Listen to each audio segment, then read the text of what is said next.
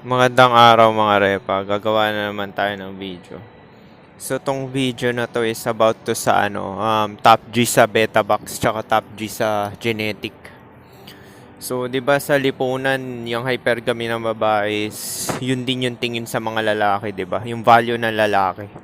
Kasi sa babae, wala naman sila yan kung mahirap sila or maliit, may kapangsanan, average looking, pangit. Wala kasi ang babae ang picker eh. Siya yung mother nature eh. Siya namimili ng mga gusto niyang i-reproduce na lalaki.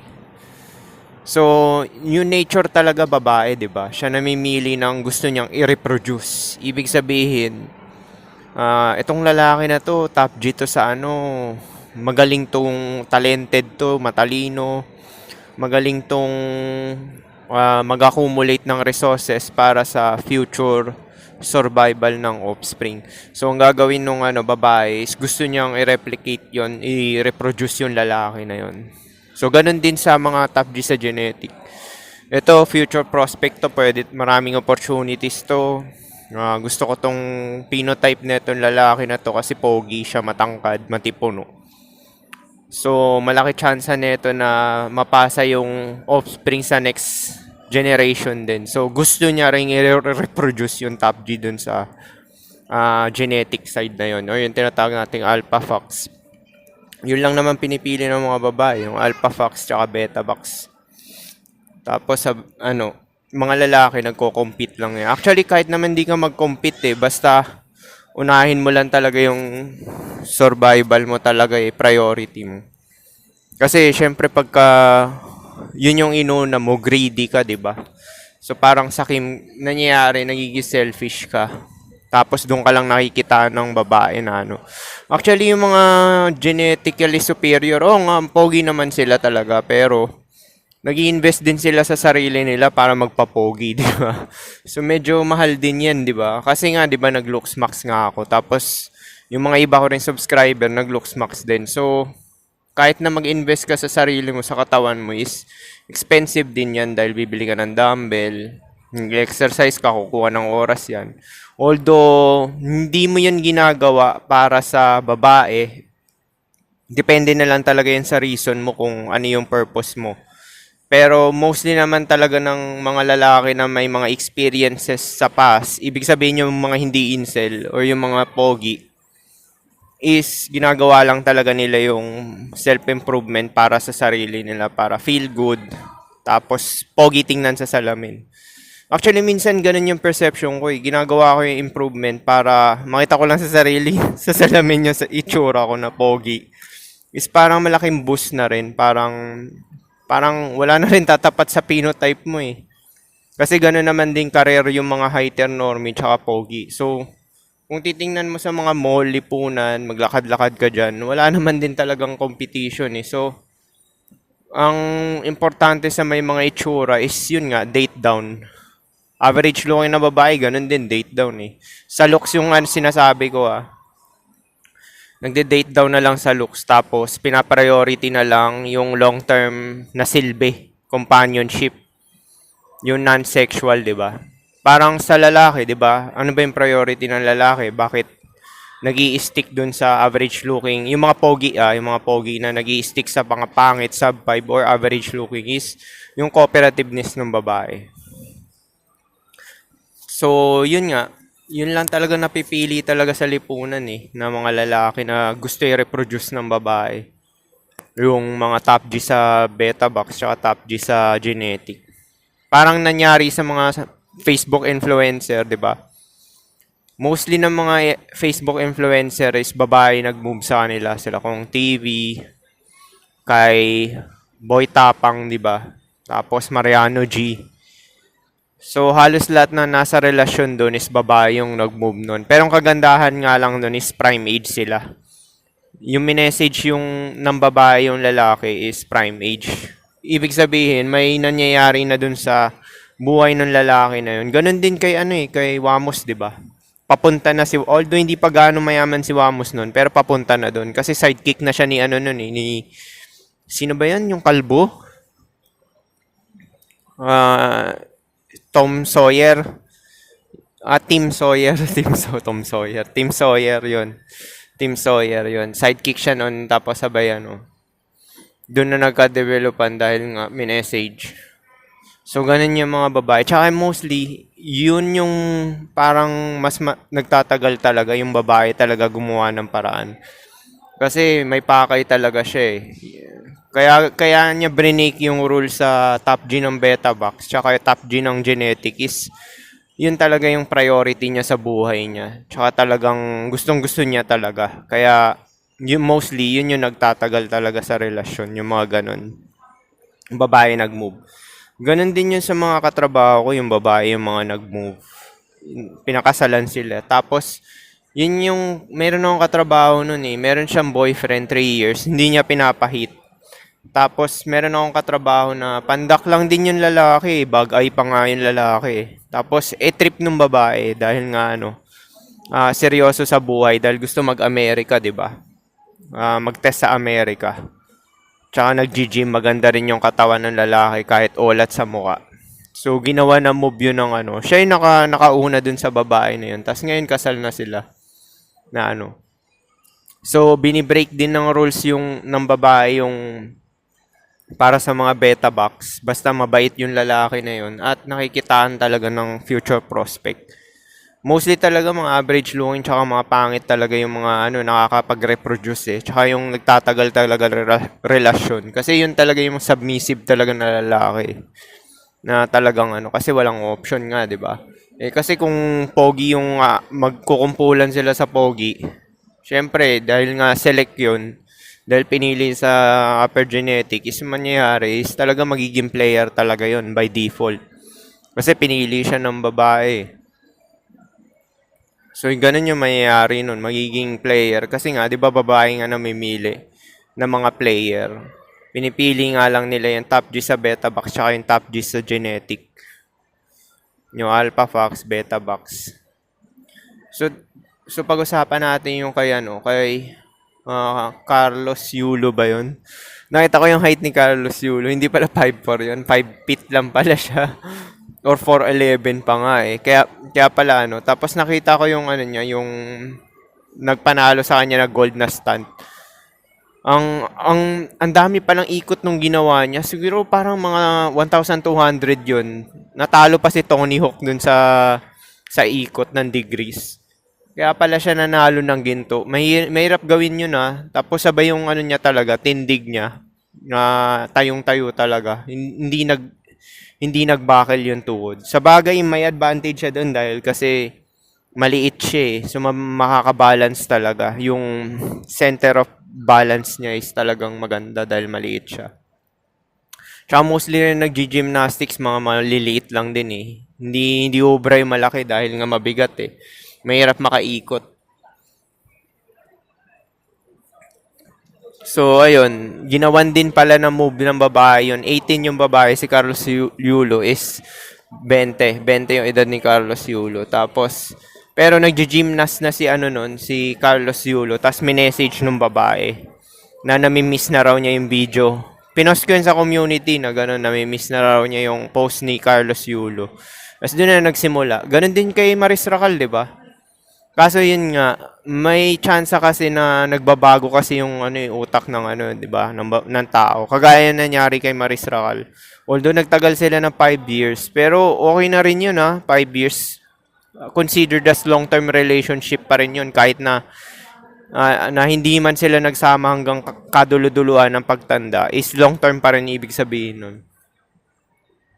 Kasi sa totoo lang, pag nasa relasyon ka, is mahirap talaga siya patagalin ng 2 years. Kahit 2 years nga lang, mahirap talaga siya patagalin. Kasi nga, individualistic nga bawat tao eh. So may kanya-kanyang pangangailangan yan. Tsaka gusto nila yung may upper hand talaga sila. And mostly nagkokompromiso yung mga lalaki talaga kasi nga, terms and condition ng babae talaga nasusunod eh. Siyempre, ano ba yung mga nakukuha ng lalaki sa relasyon? Yung sex ng babae. Parang yun din yung form na manipulation nila. Cooperativeness ng babae. Yun din yung form na manipulation nila para magstay ng lalaki. Kaya yung mga sinasabi nila submissive, nagluluto, naglalaba yung babae, is below yun sa socio-economic status. Kaya naman nila ginagawa yun is dahil below talaga sila sa socio-economic status. Survival pa rin talaga yung reason kung bakit niya naging cooperative yung babae dun sa beta box provider. Pero yung beta box provider na yun is wala naman din kapasidad na makapag-spin ng plates yun eh. Siguro meron kung papairali na naman niya yung pera niya, kagaya ng mga tricycle driver, di ba yung mga jeepney driver, nakaka-spin din niya ng plates or nagpo-pro rin. Pero, yun nga, ginagamit lang din sila ng ibang babae dahil nga sa pakinabang. Kasi yun yung tinatawag nating imprinting sa lalaki, di ba? Kasi nga, ang looks mo magde-determine ng success ng dating and relationship mo. Yung looks mo talaga. Secondary na lang yung achievements mo, personality, tsaka kung ano. Looks talaga yung titingnan mo yung tsura ni Carlos Yulo is pandak siya, pero average yung face niya. Pero yun nga, nagko-compete na siya sa Olympics talaga nung minessage siya noong babae. Nakita ko nga yung itsura ni Carlos Yulo nung bata pa siya eh. Parang 10 years na pala siya anong tawag dito? Nag-gymnast. O 10 years na, matagal na rin pala. Kasi meron siyang picture nung bata pa talaga siya eh. So matagal na rin talaga siya So yun kung paano tingnan ng lipunan yung mga lalaki is ganun din tingnan ng babae yung mga lalaki. Yung hypergamy, hindi lang yan sa criteria ng babae, pati lipunan. Di ba? Kaya ang mga inaano lang talaga dito, pinapahalagan lang talaga yung maraming pera, maimpluwensya, famous, tapos yung mga pogi at magaganda. Kasi nga, itong realidad na to, mahalaga lang talaga is yung resulta. Yung material lang talaga. Material na bagay, which is yung pera, tsaka yung genetic, which is yung tao. Yung tao, material din yun eh. So, yun din yung mahalaga, yung material. Kasi yun yung re-reproduce nga ng, di ba, ng next generation na offspring. Ano ba yung bata? Ano ba yung baby? Material din yun. Lahat dito material, pati nga hangin material din yun eh. So, yun yung mahalaga lang talaga dito is material. Kaya nga magtataka ka sa mga sa mga babae, 'di ba? Bakit siya nag-i-stay dito sa lalaki na to na pogi? Binubugbog-bugbog nga siya. Kasi nga mahalaga dun sa babae na yun, yung genetic lang talaga, material. Kaya nga tsaka attractive din talaga yun, yung pagiging evil talaga. 'Di ba naglabas na ako ng video niyan kasi nga yung default state talaga dito ng realidad na to is kailangan mo talagang maging marahas, maging violente, or maging manipulative. Kagaya ng babae kasi, ang evilness ng babae is manipulation, tsaka pagsisinungaling. Sa lalaki naman din is manipulation din, pagsisinungaling, tsaka violence. So, yun lang talaga yung ang napipili talaga na is mayroon talagang certain evilness lang din talaga para talaga yung pag-accumulate ng pera, syempre katumbas niyan pag the more na dumadami yung pera mo, lalo na sa mabilisang paraan, yung mga pangi-scam, 'di ba? Yan, marami kang tao rin na sinasayang ang oras. Ibig sabihin, kahit na hindi ka nakasakit ng tao, sinasayang mo rin yung oras nila. Kaya ng mga Facebook influencer, di ba? Yung mga brainwashing, yung mga prank-prank videos nila. Hindi naman nakakatulong yun eh. Biruin mo, meron nga iba dun, mga explicit, di ba? Tapos yun yung i-influensya nila sa mga tao is hindi naman talaga maganda. Tapos, at ang masama pa nun, kinukuha pa nila yung oras ng mga tao sa mga walang kwentang prank videos, 'di ba? Tsaka yung mga cheating, yung mga ganyan, third party. Ganyan yung mga patok kasi, yung mga yung mga masasama. Kasi nga dito sa realidad na to, para makasurvive ka is kailangan mo rin talaga maging masama at a certain degree. Hindi ko naman sinasabi na super sama, pero may ginagamit ka na kasamaan para pumera ka talaga at mag-survive.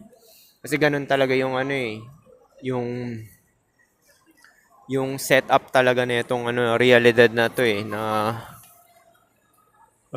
meron ka talagang gagamitin na tao tapos meron ka talagang i-exploit ni manipulate tsaka para pumera ka or meron kang upper advantage sa hierarchy ng food chain, di ba? Kasi kung wala naman tong social construct na lipunan is talagang malamang lahat tayo is magji-gym kasi patayan talaga to. Survival of the fittest, di ba? Kasi law of nature nga, di ba? The strong will live, the weak will die. Yun talaga yung law of nature.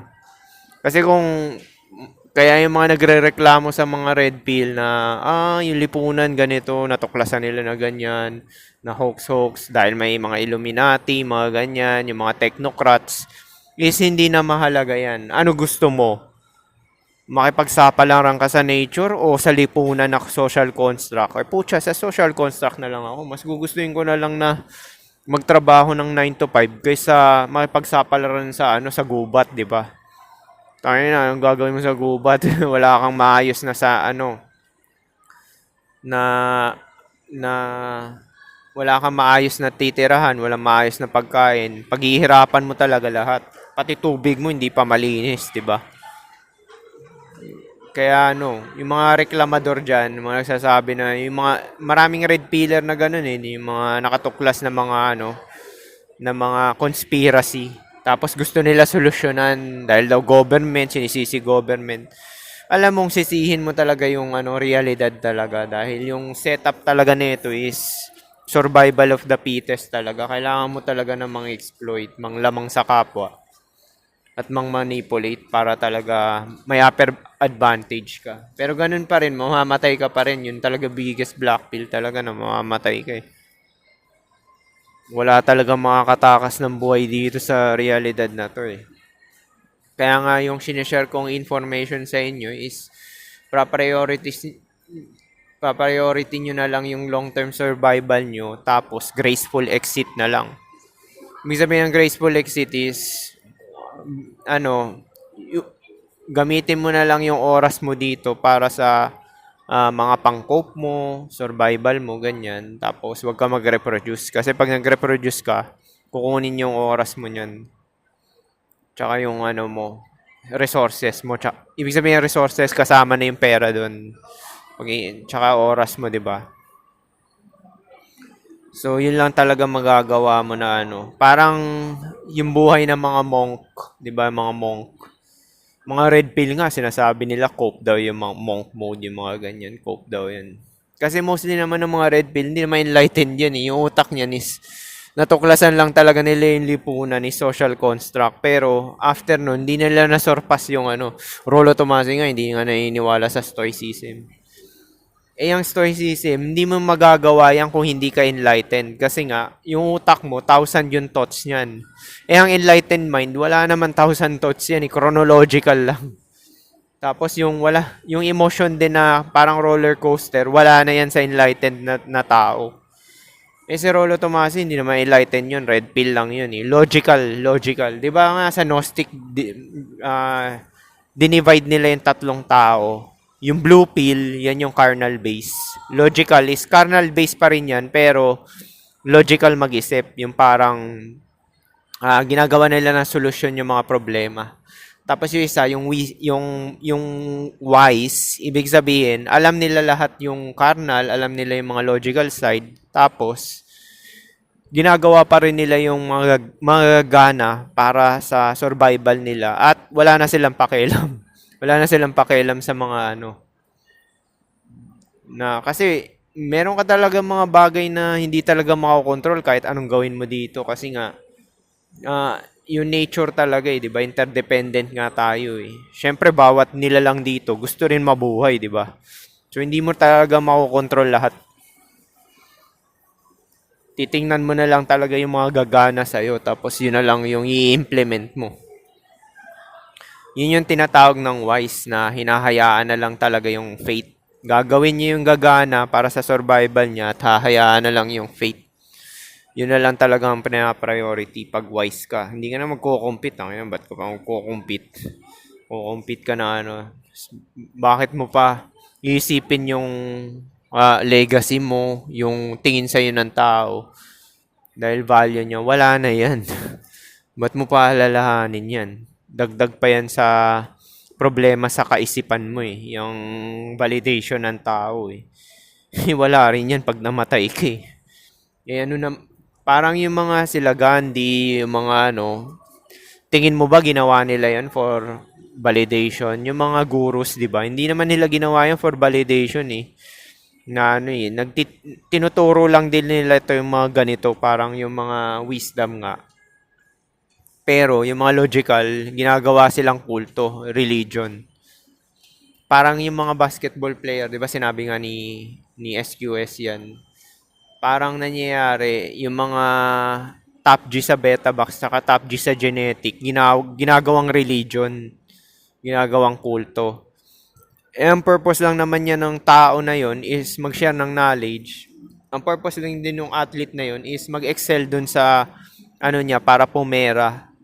Hindi niya purpose yung maging famous. Pangalawa na lang yun. Kagaya nila LeBron James, passion niya yun. Tsaka gusto niya malagpasan si Michael Jordan, di ba? Yun lang naman purpose niya. Tapos pinepedestalize siya ng mga ibang tao. Yun yung mga sinasabi ko sa inyo na red pill mag-isip na pinepedestal. Iniisip mo pa yung iisipin o yung validation ng ibang tao sa iyo. Hindi na mahalaga yan kasi mamamatay ka rin.